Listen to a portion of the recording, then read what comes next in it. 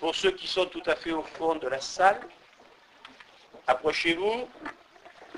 Vous aurez toute l'attitude de regarder cette magnifique exposition tout à l'heure. Bien, je voudrais tout d'abord vous saluer, vous toutes et vous tous, d'avoir consacré ce moment pour une mémoire et des faits de l'histoire.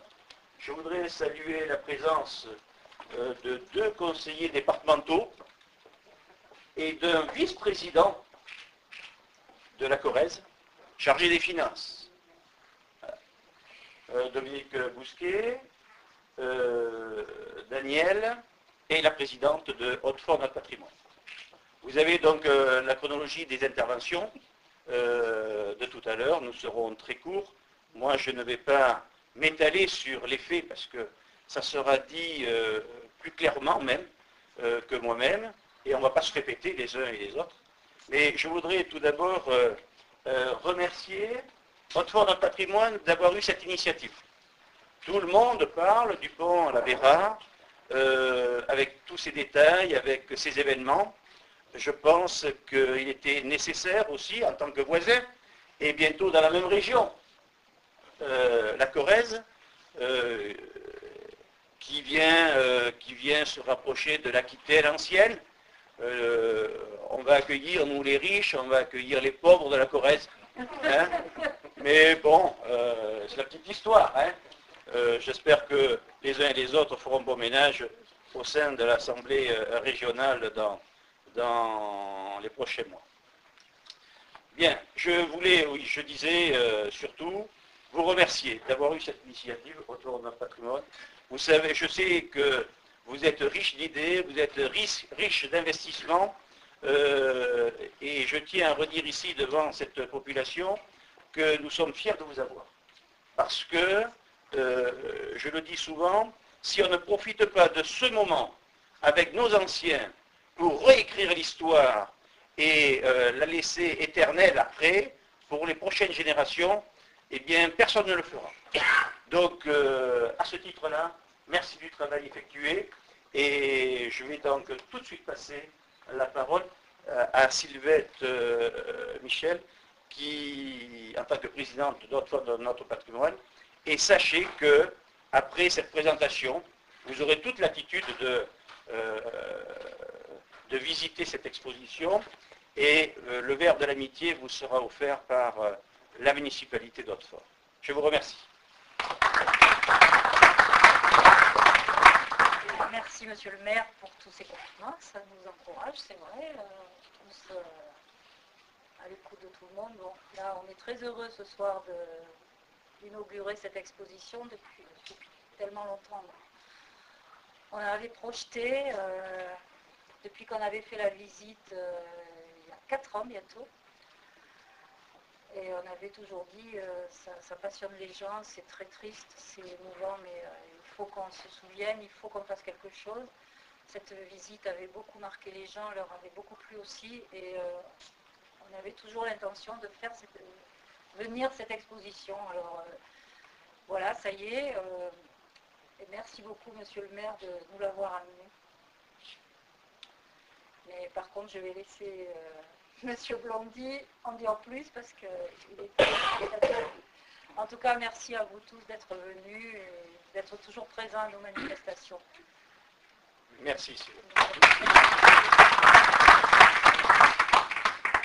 Dans mon intervention de tout à l'heure, j'ai oublié de présenter de sa présence, de remercier notre général. Notre général Christian, conférencier sur tout sujet et qui nous est cher aussi. Ah, Daniel. Oui, merci pour les compliments, pour Hautefort Notre Patrimoine, et je vais vous expliquer pourquoi ils sont justifiés. Voilà, nous vous avons annoncé sur notre invitation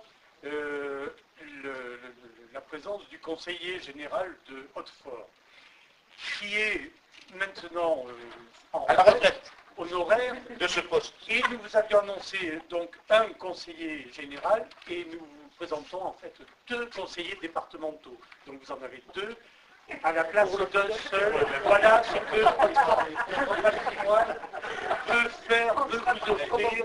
Vous pouvez l'adhérer. Bien.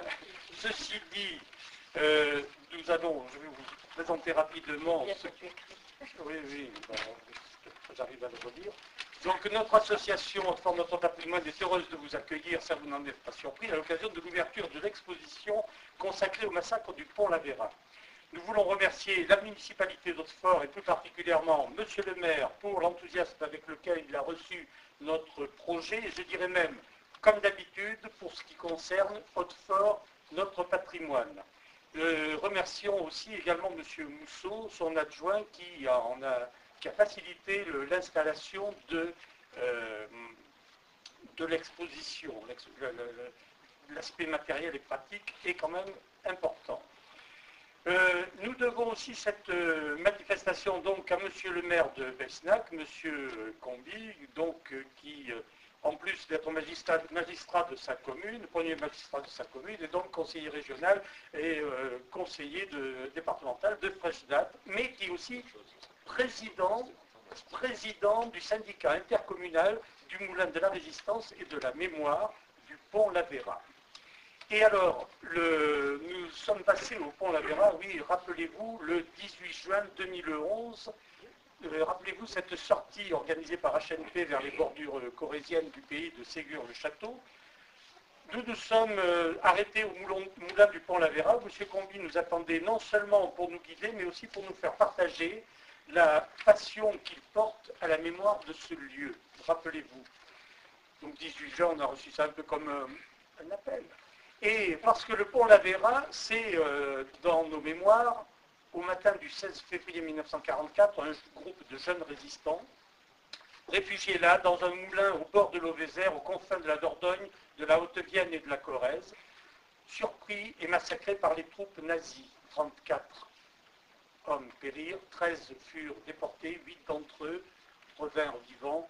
Les panneaux affichés témoignent de ce douloureux moment. Cet épisode douloureux est inséparable d'autres événements qui ont marqué notre région dans sa chair, particulièrement au cours de l'année 1944. Ce qui s'est passé au Pont Laveira n'est que le prélude de ce qui attend la région, particulièrement violentée par la sinistre division Bremer, Terrasson à partir du 14 mars 1944, La Bachalerie et Azra le 30 mars, Saint-Rabier le 31, Batfol le 1er avril. À Hautefort, c'est ce même 1er avril 1944 que les nazis fusillent 5 hommes, 4 à la Noyette et 1 près du célèbre chêne du Bessou. Toujours parmi la population juive de la commune, ils arrêtent également 2 autres hommes qui seront fusillés, l'un le jour même à Tourtoirac, l'autre le lendemain à Azra, ainsi que 4 femmes qui seront ensuite déportées à Auschwitz. On pourrait prolonger l'horreur en évoquant Tours ou Oradour, où la liste est longue, hélas. Nos routes, vous l'avez remarqué, sont ponctuées de stèles qui rappellent ces moments. Donc il n'est pas inutile quelquefois de s'y arrêter pour voir un peu quel a été le prix payé par nos populations de l'époque. Rappelons que vendredi prochain, 10 avril, cette même exposition sera déplacée à la salle des fêtes d'Hautefort-Saint-Agnan, où sera donnée à 20h30 une conférence ayant pour titre « Février 1944, tragédie au Pont Laveira ». Cette conférence sera donnée par M. Sardin d'Anjois, qui est président de l'amicale du bataillon Violette, et M. Combi nous fera encore le plaisir d'être parmi nous ce soir-là. L'entrée est libre, elle est ouverte à tous, c'est-à-dire membres ou non membres de Hautefort, notre patrimoine. Je voudrais aussi également mentionner une personne qui est là, Madame Rousseau, qui nous a fait part d'un petit morceau de mémoire et qui nous parlera peut-être tout à l'heure de ce qu'a fait son grand-père qui s'est trouvé, disons, mêlé de près à l'après-Pont Laveira, c'est-à-dire aller recueillir voir les morts après le massacre. En un mot, je dirais que pour ce soir, comme vendredi prochain, pour ne pas oublier.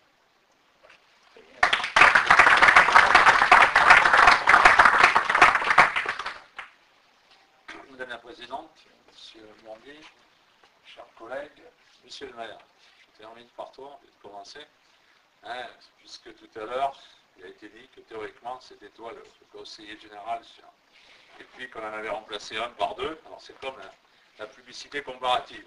Est-ce que vous échangez un bidon d'Ariel contre deux bidons de lessive? Et on dit non, je préfère mon bidon d'Ariel. Comme quoi deux, c'est des fois peut-être pas mieux qu'un. Voilà. Ceci étant, monsieur le maire, président, conseiller régional et conseiller départemental, il va falloir choisir, parce que le cumul est une très vilaine chose. Voilà, donc il va falloir choisir.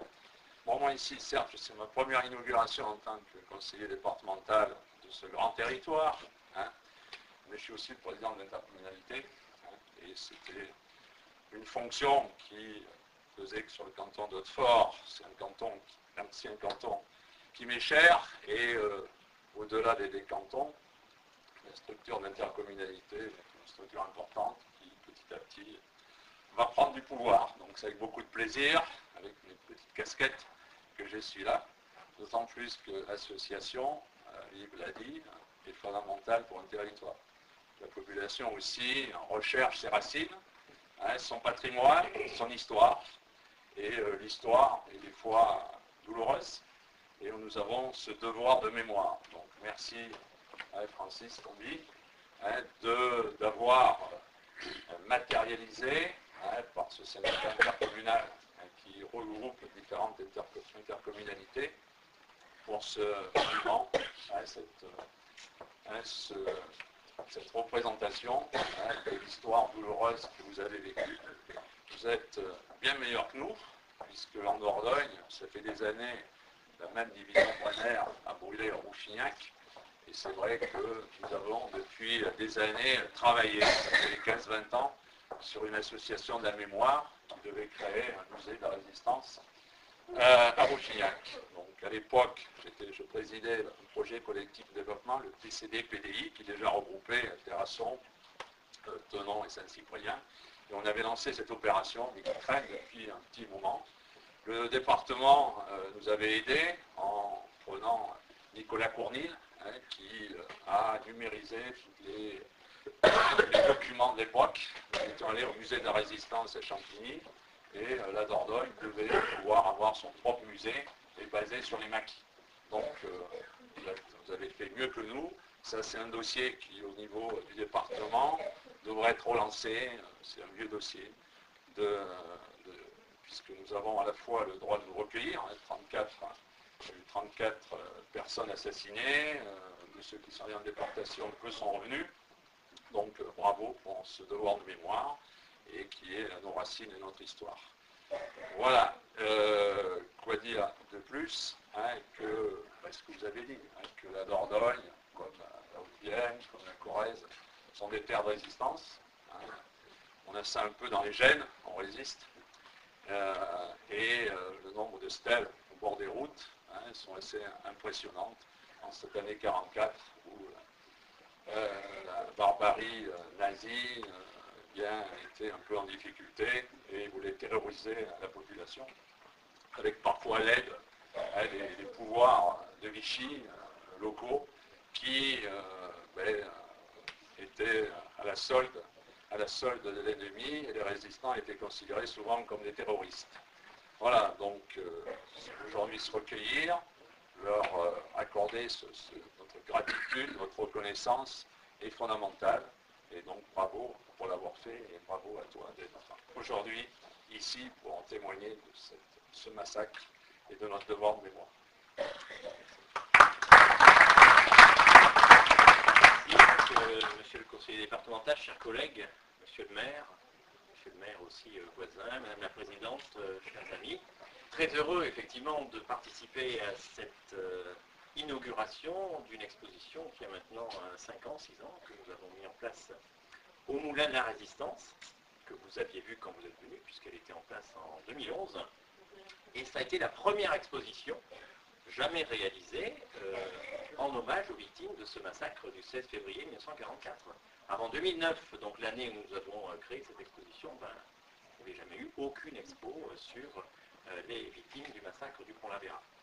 Exposition réalisée donc, par le syndicat du Moulin de la Résistance que je préside depuis le début, donc depuis 2007, et qui comprend effectivement plusieurs communautés de communes. Ce n'est pas la commune de Besnac qui pouvait faire ça, d'autant plus que bon, on est très proche de Paysac, mais ça ne pouvait pas non plus se faire au niveau des deux communes, mais la communauté de communes de Pompadour, que je préside depuis l'année dernière, la communauté de communes de Saint-Thierry-la-Perche en Haute-Vienne et celle de la Noailles, donc 3 départements qui se sont associés parce que depuis plusieurs années, donc il y avait bien sûr ce jour du 16 février où beaucoup de monde participe à cette cérémonie, vous le voyez ici, donc c'était 2008 je crois, effectivement, plusieurs centaines de personnes toujours à cette cérémonie, l'une des plus importantes relative à la résistance de tout le secteur de nos 3 départements.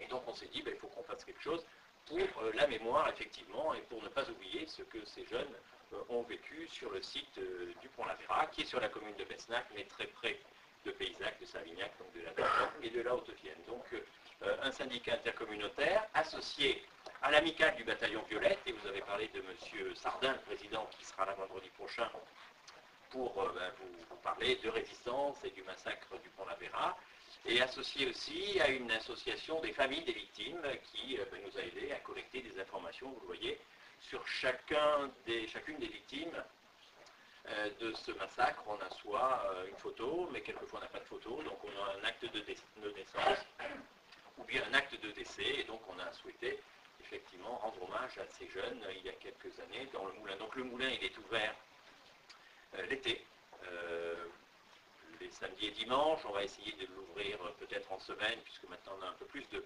moyens après avoir fait divers investissements. Donc quand le moulin est ouvert, bien sûr, cette exposition y est visible. Mais depuis 2013, donc ça va faire 2 ans, nous avons mis en place un chemin de la mémoire. Et pour ceux qui ont pu revenir sur le site depuis 2011, vous avez pu voir, et ceux qui ne sont pas revenus, je vous invite à y revenir, parce que le site a beaucoup changé, n'est-ce pas, pour ceux qui connaissent, Christiane par exemple.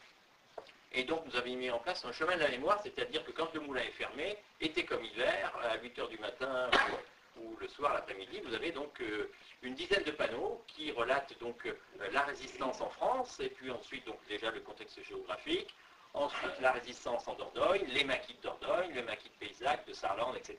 Et ensuite le massacre. Donc il y a un cheminement qui permet d'avoir des informations et de replacer le massacre du Pont-l'Avéra dans le contexte donc, de la Seconde Guerre et de la résistance dans les années 43-44. Donc c'est vraiment quelque chose qui est important à voir, et je vous engage à aller effectivement sur ce site qui est commun presque à nos 3 départements, puisque très proche des 2 autres départements, et qui sera en région Aquitaine sans tarder, et nous serons tous en région Aquitaine ensemble dès le 1er janvier prochain.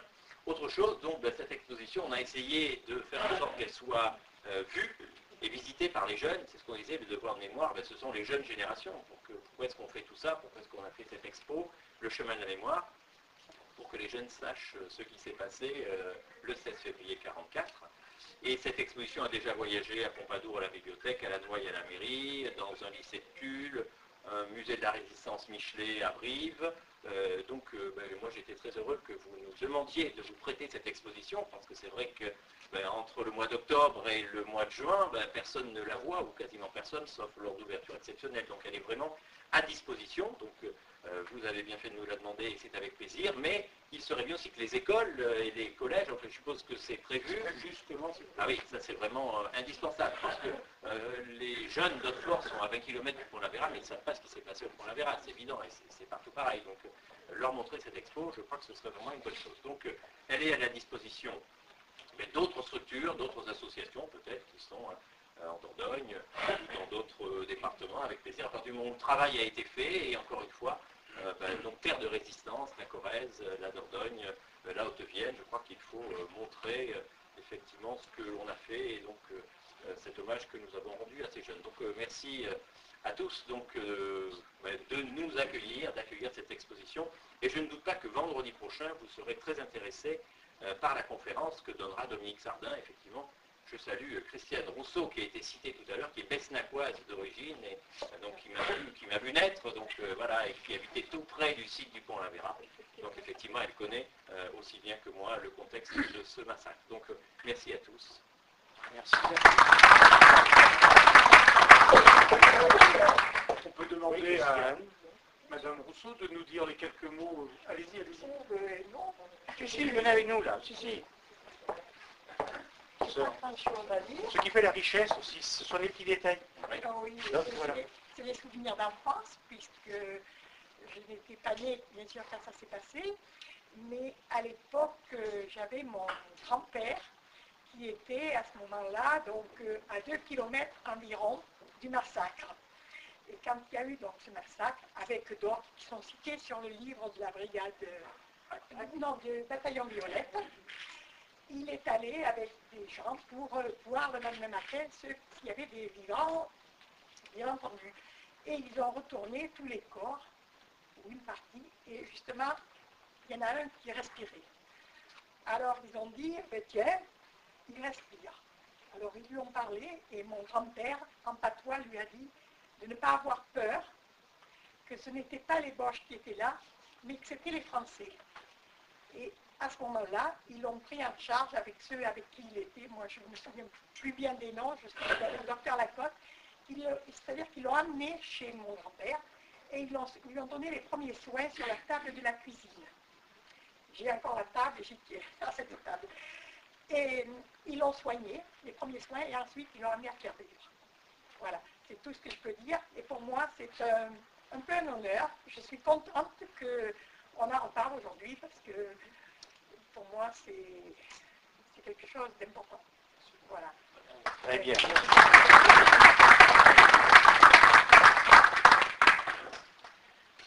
Voilà. Paul, as-tu un petit fait divers à raconter aussi? Non? Il y a quelqu'un qui a sa sœur qui était au pont Lavera. Elle a passé beaucoup de temps dans l'eau. Et ensuite, il s'est sauvé.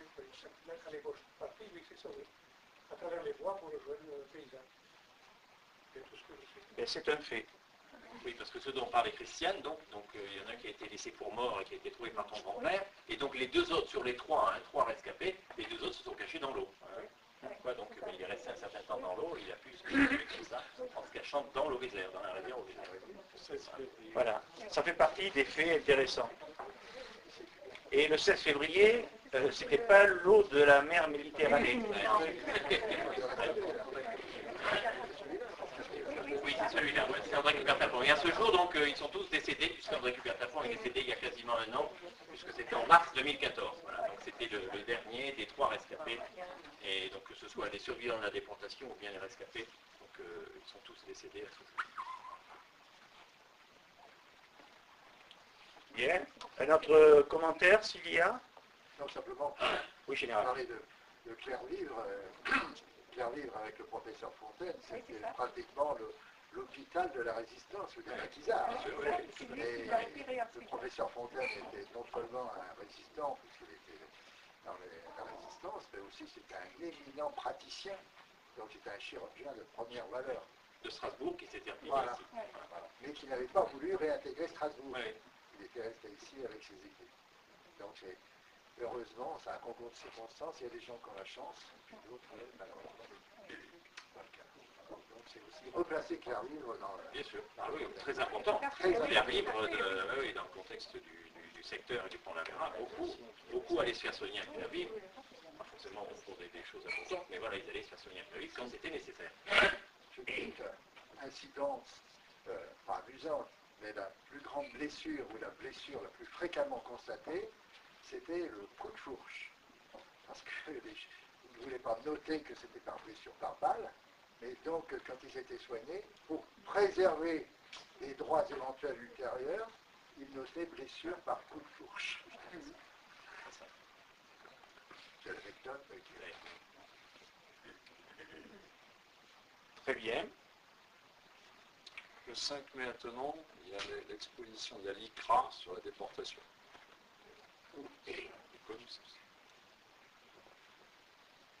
Bon, tout à l'heure, vous avez parlé de mon adjoint Philippe Rousseau, qui a préparé le petit verre de l'amitié. Je ne sais pas s'il est toujours là.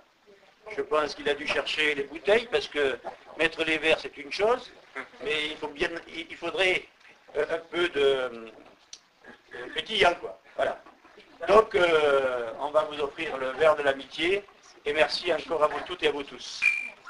Mais il faut rassurer aussi ceux qui disent un verre c'est un peu juste, pour peut-être en avoir un deuxième aussi, le verre de l'amitié. Autant qu'ils voudront. Moi, je voudrais, la dernière fois, je prends la parole pour dire à la presse, à Sud-Ouest, je voudrais, Michel, que tu fasses un bon reportage et que tu indiques à répétition jusqu'à vendredi qu'il y a cette exposition et que les gens, que la population soit nombreuse à venir écouter ce que tout le monde souhaite entendre. Voilà. Et le répéter souvent, jusqu'à vendredi. Tous les jours. Merci, Michel. Bravo, Michel.